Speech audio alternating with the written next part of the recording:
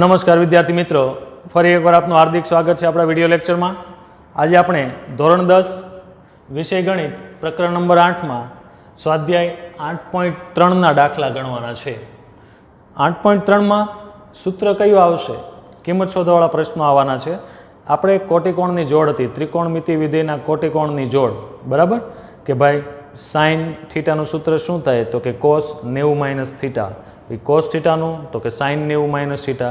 એવી રીતે ટેનનું કોટ, કોટનું ten, સેકનું cosec અને કોસેકનું સેક. આ રીતે તમને સૂત્ર યાદ રખાયા હતા. યાદ છે?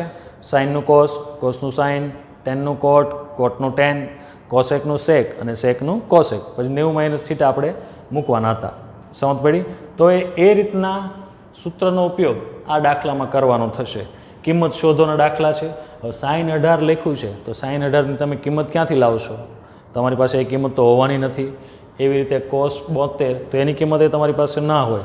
ત્યારે આ પ્રકારના દાખલામાં તમારે કોટિકોણવાળા જે સૂત્રો હતા તેનો ઉપયોગ કરવાનો થશે.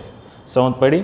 જો સાઇન 45 કે કોટ 45 એવું કંઈક આવતું હોય તો તમે ડાયરેક્ટ કિંમત લખી શકો, પણ એવી તો કંઈ કિંમત જ નથી. જો એટલે તમારો એ કોષ્ટકનો ઉપયોગ આ રીતના દાખલામાં નહીં થાય. શું કામ? તો અહીંયા આપણે કોટિકોણને આધારે દાખલા ગણવાના થશે. સમજ પડી? તમારે લોજિક લગાવવાનું હોય ક્યાં સૂત્રનો ક્યારે ઉપયોગ કરવો. હવે સાઇન 18 છે અને છેદમાં કોસ છે. તમને ખબર છે કોટિકોણવાળા સૂત્રમાં સાઇનનું કોસ થાય ને કોસનું સાઇન થાય. સમજ પડી કે નહીં? હવે 72 ને 18 કેટલા થાય? 90 થાય. એનો મતલબ કે તમે સાઇનનું કોસમાં ફેરવો તો આ કોસને સાઇનમાં ફેરવશો એટલે કે અંશ અને છેદ કેવા થઈ જાય? સરખા, અને બંને ઉડી જશે. કઈ રીતે? દાખલો ગણીએ ત્યારે ખબર પડશે. ચાલો, તમે સાઇનને કોસમાં ફેરવો અથવા તો કોસને સાઇનમાં ફેરવો, કાંઈ પણ ચાલશે. હવે હું એક સૂત્ર હાલમાં લખી દઉં છું કે સાઇન થીટા બરાબર શું થાય? તો કે કોસ 90 માઇનસ થીટા થાય. સમજ પડી ને? તો ચાલો હું સાઇનને જ ફેરવું, બરાબર? તો સાઇન કેટલા છે? આપણે 18 છે. તો સાઇનને મારે કોસમાં ફેરવવા હોય તો એનું સૂત્ર શું થયું? તો કે કોસ. જોજો, હું સાઇન 18ની જગ્યાએ લખું છું. શું થાય? તો કે કોસ 90 માઇનસ થીટા કેટલા છે? 18. સમજ પડી કે નહીં? મારે આ સાઇનને કોસમાં ફેરવવા હોય તો મારે શું કરવાનું? તો કે અહીંનું સૂત્ર સાઇનને કોસમાં ફેરવો તો શું થઈ જાય? કોસ 90 અને થીટાની જગ્યાએ સાઇનની સાથે થીટા કેટલા હતા? 18. તો 18 લખી દીધા. અને છેદમાં ફેરવવાના નથી, એને એમને એમ રાખો, કોસ 72. સમજ પડી ને? ચાલો, કોસ. હવે 90 માઇનસ 18 કેટલા થાય? 72 થયા. અને છેદમાં કોસ 72. તો બંને સરખું થયું, ઉડી ગયું. જવાબ શું આવ્યો? 1. સમજ પડી? આ રીતે કિંમત શોધી શકાય.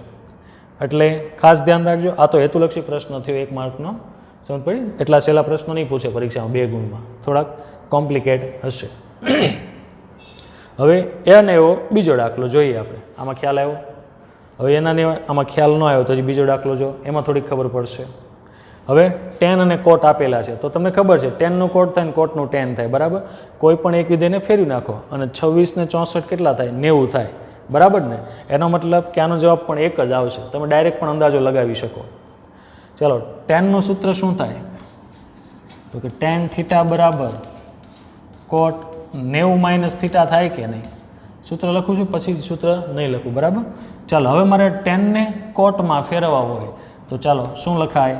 તો કે ટેનનું કોટ 90 માઇનસ થીટાની જગ્યાએ કેટલા લખવાના? 26.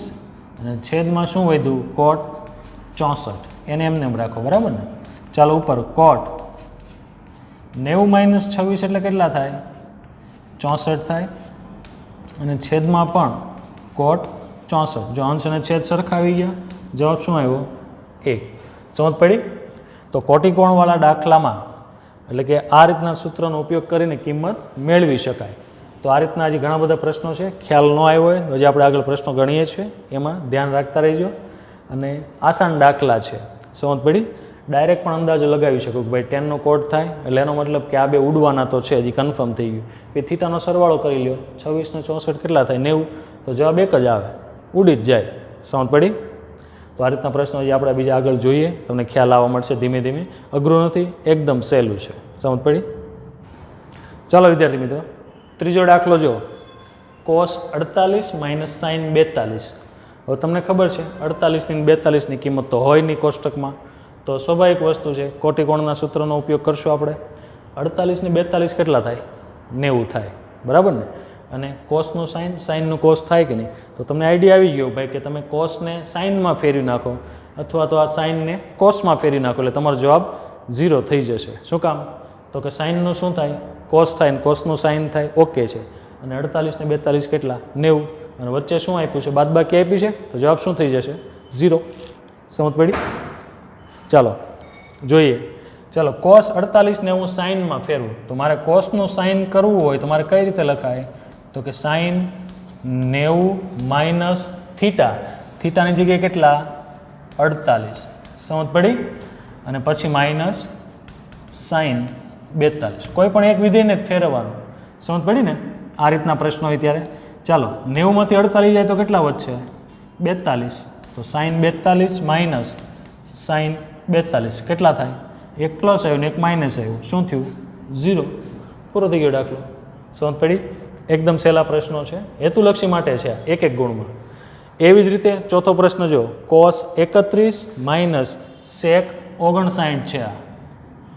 હવે તમને ખબર છે ભાઈ કોસેકનું શું થાય? સેક થાય કોટિકોણવાળા પ્રશ્નમાં, અને સેકનું કોસેક થાય. હાલો, ઓકે. અને 31 ને 59 કેટલા થાય? 90. અને વચ્ચે શેની નિશાની? બાદબાકી. રેડી? જવાબ કેવો આવ્યો? 0. ખબર પડી કે નહીં? ચાલો, હું કોસેકને મારે સેકમાં ફેરવવો હોય તો ચાલો કોસેકને હું સેકમાં ફેરવું તો શું થાય? તો કે સેક 90 માઇનસ થીટા, થીટાની જગ્યાએ કેટલા? 31. અને માઇનસ સેક 59ને ફેરવવાની જરૂર નથી કારણ કે આપણે ઓલરેડી કોસેકને ફેરવી લીધા છે. સમજ પડી? ચાલો, સેક એમના એમ રહેશે. 90 માઇનસ 31 કેટલા થાય? તો કે 59. અને માઇનસ સેક 59. તો સેક 59માંથી સેક 59 બાદ કરી નાખો, જવાબ શું આવ્યો? 0. છે ને સહેલા પ્રશ્નો? લોજિક લગાવો. બે વિધેયને નહીં ફેરવી નાખવાનું, કોઈ પણ એકને ફેરવવાનું, એના જેવું કરી દેવાનું એટલે તમારો જવાબ આસાનીથી આવવા મળશે. સમજ પડી? આ રીતના દાખલા પ્રેક્ટિસ કરશો એટલે અઘરા નહીં લાગે. ફેરવવામાં ધ્યાન રાખવાનું. કોસેકને સેકમાં ફેરવો તો પછી પાછળના વિધેયને તમારે ફેરવવાની જરૂર નથી. આ રીતના પ્રશ્નો તમને હોમવર્કમાં પણ આપીશ હમણાં. તો આ પ્રશ્ન 1ના 4 દાખલા થયા, સહેલા પ્રશ્નો છે, ધ્યાન રાખશો એટલે આસાનીથી દાખલા આવડી જશે.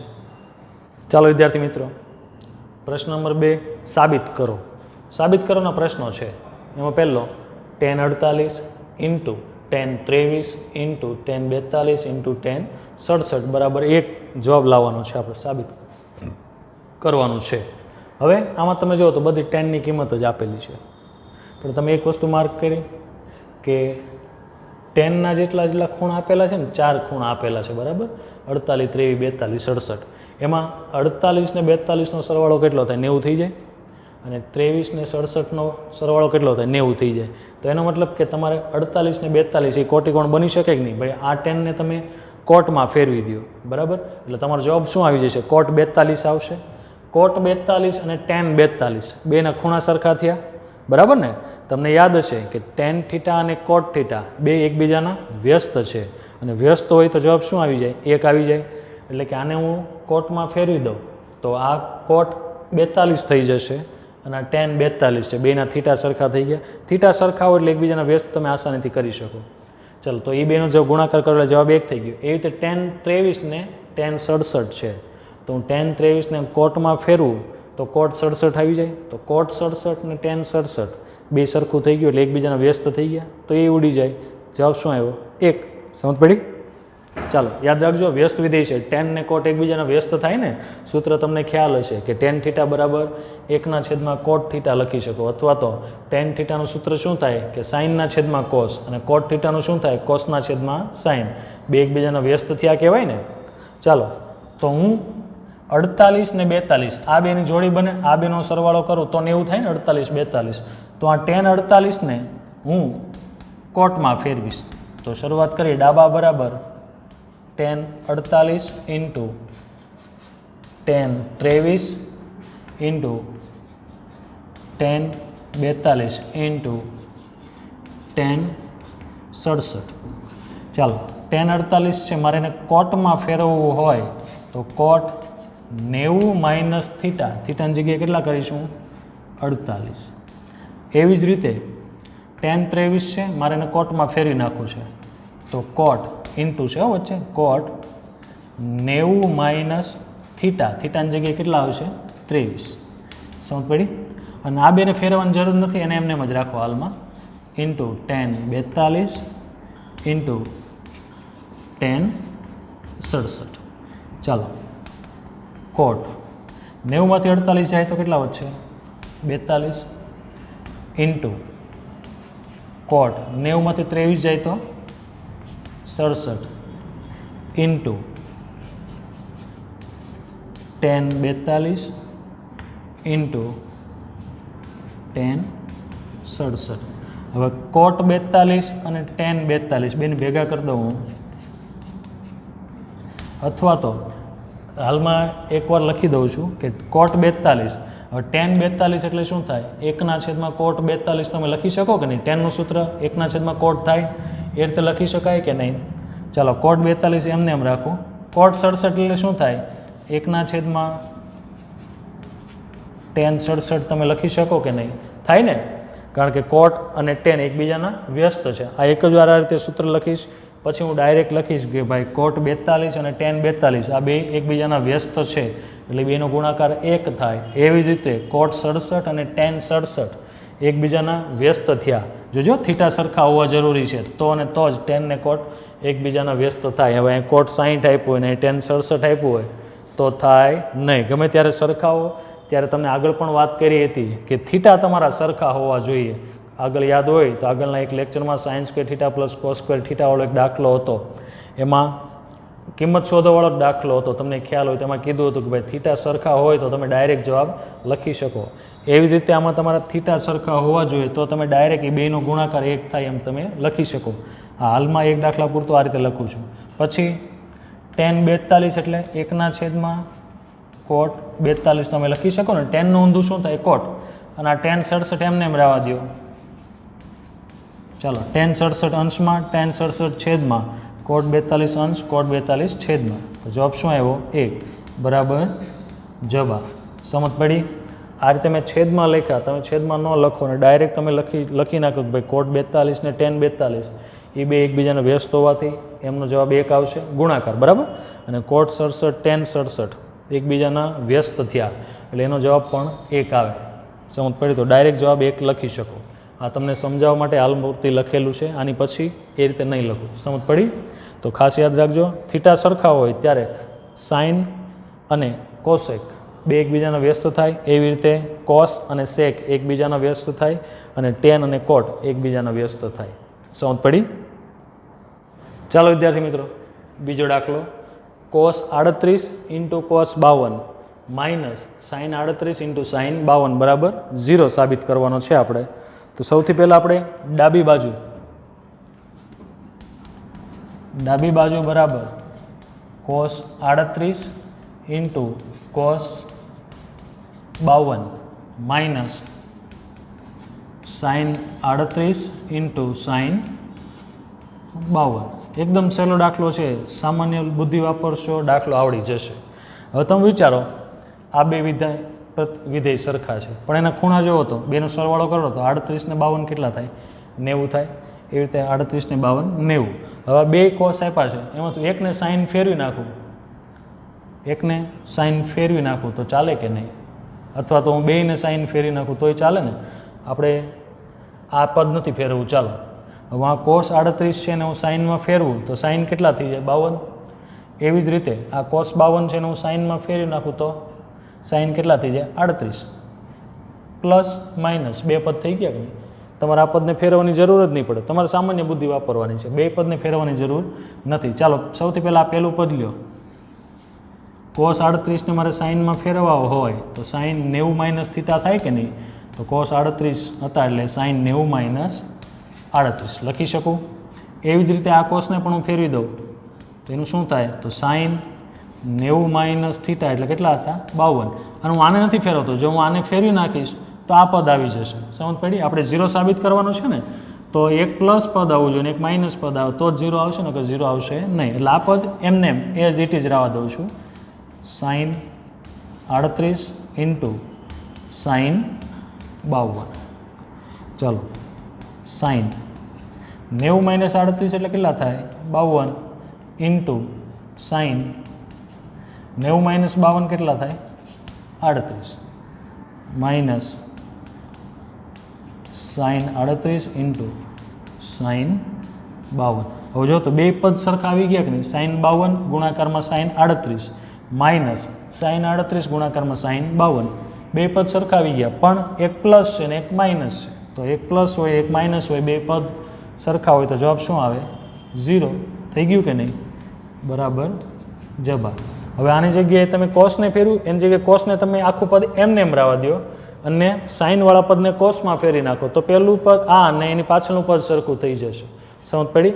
આ કોસ 52 થશે અને આ કોસ 38 થશે. તો બંને પદ ફરીથી સરખા થઈ ગયા. કોસમાં ફેરવો તો પણ ચાલશે.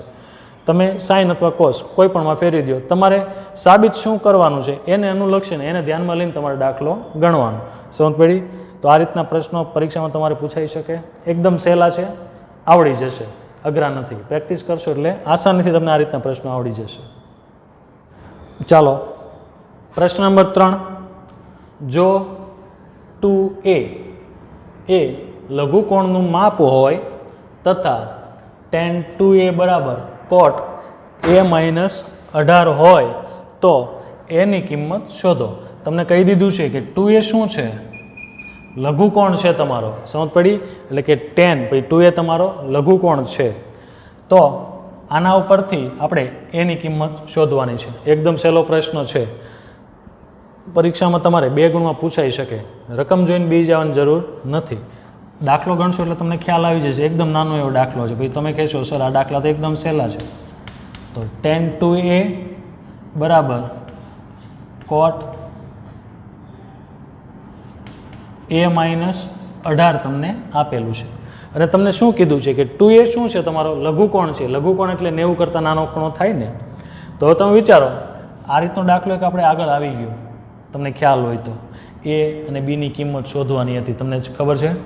હવે ત્યારે મેં તમને શું કીધું હતું કે ભાઈ બે બાજુ વિધેય સરખા કર્યા હતા, એમાં tan સરખું કર્યું હતું, બે બાજુ tan લઈ આવ્યો હતો.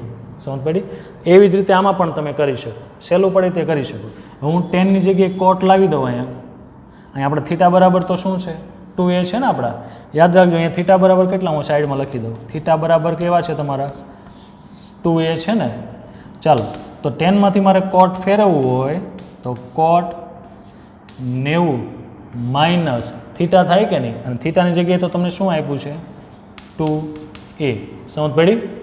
tanનું મેં cot કર્યું, tanમાંથી હું cotમાં જાઉં એટલે cot 90 માઇનસ થીટા થાય અને થીટાની જગ્યાએ તમને શું આપેલું છે? 2a. તો મેં 2a લખ્યું અને આ બરાબર આને અહીં એમ જ રાખો, cot a minus 18. હવે આપણે આગળ એક દાખલો આ રીતનો આવી ગયો. આનો મતલબ શું થાય કે આ બે સરખું છે, વચ્ચે બરાબરની નિશાની આવતી હોય તો એનો મતલબ શું થયો કે બરાબરની બંને સાઈડના જે પદ છે એ બંને કેવા છે? સમાન છે. એનો મતલબ કે cot આ થીટા અને cot આ થીટા બે સરખા થયા. તો બે બાજુથી cot દૂર કરી નાખો તો શું વધ્યું? તો કે 90 માઇનસ 2a બરાબર a માઇનસ 18. શું કામ? બે કારણ કે બે ખૂણા સરખા થઈ ગયા કહેવાય ને, વચ્ચે બરાબરની નિશાની છે એટલા માટે. એટલે મેં cot દૂર કરી દીધા. ચાલો માઇનસ 18ને આ બાજુ લઈ આવો એટલે પ્લસ 18 થઈ જશે. એટલે 90 વત્તા 18 માઇનસ 2a ને સામે જ આવવા દો એટલે પ્લસ 2a થઈ જશે અને એક એ અહીંયા હતો. 90 ને 18 કેટલા થયા? 108 અને અહીંયા કેટલા થયા? 3a. હવે એની સાથે 3 ગુણાકારમાં છે, સામે જાય તો શું થઈ જાય? ભાગાકારમાં થાય કે નહીં? એટલે 108 છેદમાં 3. 36 તેરી કેટલા થાય? 108 થાય કે નહીં? સમજ પડી? તો આમ એ બરાબર તમને કેટલા મળ્યા? 36. ખબર પડી? એકદમ સહેલો પ્રશ્ન છે કે નહીં? તો આ રીતના પ્રશ્નો તમારી બોર્ડની પરીક્ષામાં પૂછાઈ શકે. તમને રકમ જોઈને એને લાગે કે સર આ દાખલો થોડો કન્ફ્યુઝ કરે છે, પણ ખરેખર એવું હોતું નથી. રકમ ધ્યાનથી વાંચવાની, સમજવાની અને પછી જ દાખલો ગણવાની શરૂઆત કરવી એટલે દાખલા એકદમ આસાનીથી તમને આવડી જશે. આ રીતના પ્રશ્નો પ્રેક્ટિસ વર્કમાં આપેલા હશે, પ્રેક્ટિસ કરજો. સમજ પડી? એકદમ સહેલા પ્રશ્નો છે, પ્રોબ્લેમ નહીં આવે. કોટીકોણના સૂત્ર આવા દાખલા માટે આવડવા જરૂરી છે, એટલે ખાસ સૂત્રો તૈયાર કરજો. સમજ પડી? તો વિદ્યાર્થી મિત્રો લખતા રહો, વાંચતા રહો, પ્રેક્ટિસ કરતા રહો અને પ્રશ્નો પૂછતા રહો. વિદ્યાર્થી મિત્રો અહીંયા બોર્ડમાં તમને જે કાંઈ પ્રશ્નો દેખાઈ રહ્યા છે એ પ્રશ્નો તમારે આગળના દાખલાની આધારિત જ પ્રશ્નો છે, તમારે જાતે તમારી નોટબુકમાં ગણવાના છે, તમારા વિદ્યાર્થી મિત્રો સાથે તમારે જવાબ પણ ચેક કરી લેવાના છે. આ પ્રશ્નોમાં કાંઈ પણ પ્રોબ્લેમ હોય તો તમે મેસેજ કરી શકો છો, અથવા તો મારો મોબાઈલ નંબર હોય જેની પાસે મને ફોન પણ કરી શકો છો. સમજ પડી? એકદમ સહેલા પ્રશ્નો છે. આના આધારિત દાખલા પ્રેક્ટિસ વર્કમાં છે, ચોપડીના ઉદાહરણમાં પણ હશે. અને તમને આ દર વખતે કહું છું કે અલગ અલગ પેપર સેટ તમારી પાસે હોય જૂના, તો એમાં પણ આપેલા હશે. બોર્ડના પેપર તમે ભેગા કરી રાખેલા છે. તમે 10મા ધોરણમાં આવી ગયા એટલે તમે આગળના વર્ષના પેપર પણ તમારી પાસે રાખેલા હશે બોર્ડના, તો એમાંથી પણ જે કાંઈ પ્રશ્નો પૂછાયેલા હોય તે તમે તમારી જાતે પ્રેક્ટિસ કરી શકો છો. તદુપરાંત મેં તમને આગળ એકવાર વાત કરેલી કે ભાઈ તમે કિંમતો ફેરવીને તમે દાખલા ગણી શકો છો. સમજ પડી? તો આ પ્રશ્નો તમારે નોટબુકમાં વ્યવસ્થિત કરવાના છે, પ્રેક્ટિસ કરવાની છે. એવું જરૂરી નથી કે આ જ દાખલા ગણવા, આની સિવાયના પણ ઘણા બધા દાખલા હોઈ શકે. આ તો વિડીયો લેક્ચરની વાત છે એટલે તમને લિમિટેડ દાખલા હોમવર્કમાં મળેલા છે, પણ ખાસ ધ્યાન રાખજો આની સિવાયના ઘણા બધા પ્રશ્નો હોઈ શકે. તમારી નોટબુકમાં પણ તમારે ગમે ત્યાંથી જે દાખલા મળતા હોય તમારી જાતે ગણવાના. એકદમ સરળ ચેપ્ટર છે. તમારે હજી એકવાર કહું છું કે સૂત્રો ખાસ ધ્યાન રાખવાના છે, કોષ્ટક ખાસ યાદ રાખવાનું છે, એના આધારિત જ દાખલા છે. અને આગળના સ્વાધ્યાયમાં જશું આપણે તો ત્યાં તમારે સૂત્ર સિવાય કાંઈ નહીં ચાલે. એટલે તમારે ફરજિયાત સૂત્રો તો વાંચવા જ પડશે. કોઈ પણ સૂત્ર ગમે ત્યારે પૂછવામાં આવે ત્યારે તમને સૂત્ર આવડવું જોઈએ. અને આગળ હજી એવા દાખલા આવશે કે એક એક દાખલામાં તમારા જેટલા સૂત્ર છે એ બધામાંથી મેક્સિમમ સૂત્રનો ઉપયોગ થઈ જશે. એટલે તમને ત્યારે બધા સૂત્ર ભેગા કરીને એક જ દાખલામાં પૂછેલા હોય એવું થઈ શકે. એટલા માટે તમને દાખલો ગણવા માટે બધા સૂત્ર આવડવા જરૂરી છે. તો ખાસ સૂત્રો વાંચતા રહેજો. અને આ દાખલા તમારી રફબુકમાં તમારે લખવાના છે, અથવા તો પાકી નોટ તમે બનાવતા હોય તો પાકી નોટમાં તમારે લખવાના છે. સમજ પડી? તો વિદ્યાર્થી મિત્રો શાંતિથી દાખલા ગણતા રહેજો, વાંચતા રહો, પ્રેક્ટિસ કરતા રહો અને પ્રશ્નો પૂછતા રહો.